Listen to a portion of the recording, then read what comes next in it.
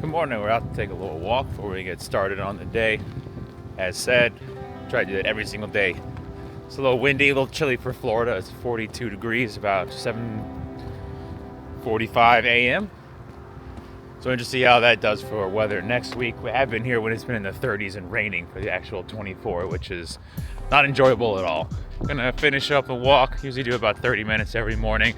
Take a shower, and then Gavin and I are gonna go to First Watch. I had a few ideas here I could pop into the vlog between the Roar and the 24. Had a bunch of new followers. Started interacting on Instagram, which is where basically I post everything nowadays. Asking questions they commonly ask. So my plan is during the day today, I'll sit down, I'll add that to the vlog about common questions as motorsport photographers that we get. But gonna finish up the walk, head back to the house, get ready to go out, breakfast, and then continue on the day. Again, it is kind of a relaxing day because I'm not technically working today, and we don't technically work tomorrow. We'll be back at the track on Wednesday. As you can see, good afternoon.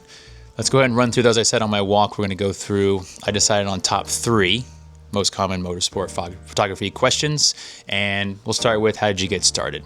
Back in the day, I had a BMW that I used for track days, which are like HPDE, if you know what that is, high performance driver education.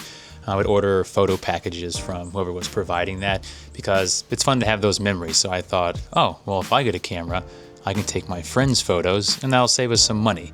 Essentially, that's where I started and that's what I did first. My first thing that I did that was actually like motorsports photography with a credential. I shot for Roundel magazine and just literally cold emailed the editor and said, hey, I'm in Atlanta, Petite is coming up, I'd like to be a photographer for you, do you need that? And he said, hey, I'm actually going, I usually take photos. I like what you showed me so far. I can sit in the media center, interview drivers, etc., and you can go out trackside. Let's make this happen. So I did that. I started that, did that for a couple years. And then I decided, hey, I feel like I could make some money doing this. So I emailed a BMW team who has now turned into my longest term client. Shout out James Clay and Demoworld for that. Super appreciative. Would never be here if I didn't get that opportunity. But he essentially said, hey, actually good timing. We're having a tryout. There's a few people. Our person, moved on to, I believe if I remember correctly, corporate America. And he's looking to do that. We're looking for photographers. So I did 3 events for that. The first one I did actually, which many of my friends know this and make fun of me because I'll constantly tell this story. I flew in. I got food poisoning, and the entire 3-day event at Miami Homestead, I could only keep down red Gatorade. I was faint, obviously, but with no food, I just assumed, if I try to bail out on this is never going to work. So I worked through it. I don't think anyone on the team knew or whatever, but it was miserable. But worked through it, and now still working for him. So that's honestly been great. And outside of that, the rest is history. I moved on to shooting other series, other clients, added them in, etc. over the years. And at that time, it wasn't my full-time thing, but it certainly is now. Number 2, essentially, how do you get credentials? I want to be trackside. What do I have to do?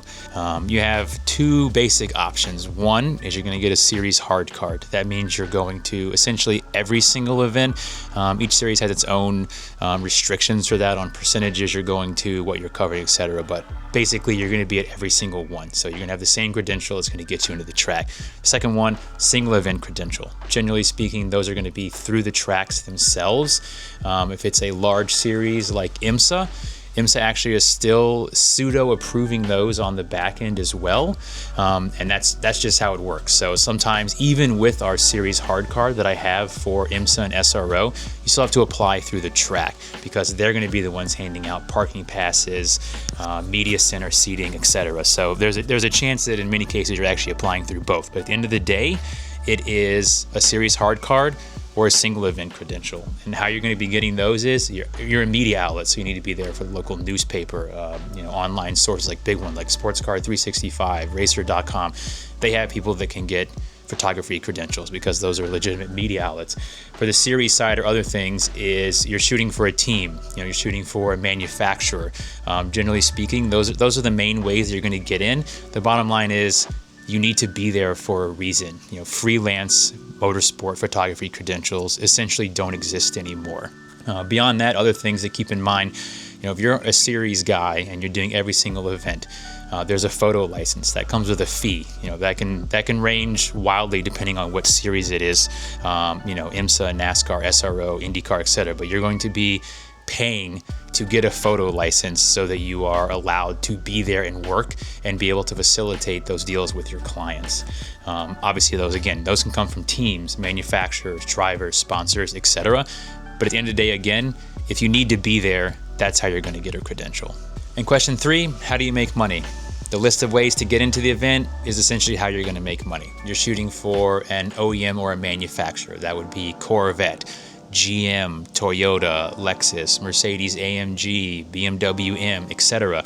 All the way down to there's drivers that just love photography, and there's others that drivers that their sponsors or their businesses on the car. So the way you get in through credentials is also a revenue stream that we work with, and we show up to the track. In the case of myself, I'm shooting for manufacturers, teams, and drivers, and in many cases at most events also sponsors.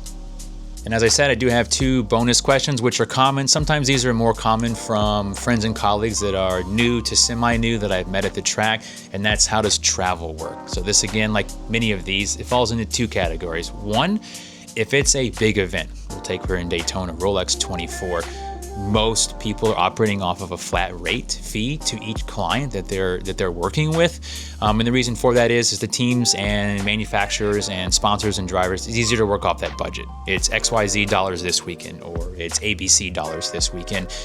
They don't want to work on a budget where there's down to the penny and down to the cent because you decided to get Waffle House 4 times. That's not how it works. So you get a flat rate. A lot of us will travel together. Like we rented this house with 4 people, sharing a minivan with 3 people, and that just will sync up travel on the way in, and that obviously will save us money and try to be budget conscious, because if we splurge a bunch on a giant house because it has a pool and a hot tub, we want to use those, that's just money out of our pocket. The second aspect is private test, or you're specifically going somewhere to cover only one client. That generally will include travel in most cases. Some still might like to operate off of a flat rate, but of course then you would estimate what's the travel going to cost to get there. And those are the 2 ways that travel works. Last one, this one's kind of quicker, and this applies mostly to motorsport media. And finally, the last question, which is special to me because I got started in the track day game, is do you need a photographer? Yes and no. Sometimes yes, sometimes no.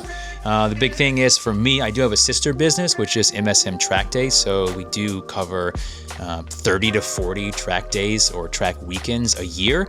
So there is an opportunity there. People cold email, usually once or twice a week out of the blue. Hey, do you need someone? On those, yes, we usually generally do some sort of tryout. Something generally works out. We do have openings there that end up because we're all over the Southeast and we only have so many people that can cover those. So don't be afraid to email.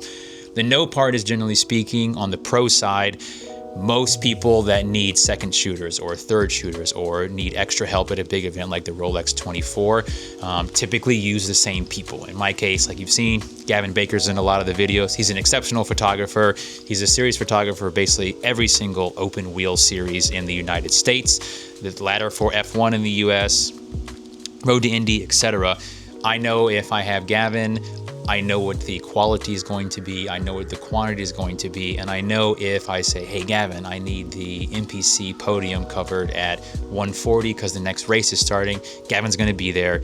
It's hard to do a tryout with a new person at the pro events just because it's so hectic. But again, don't be afraid to ask. We have found people that have even made it with us all the way to the pro events. So look forward to your email.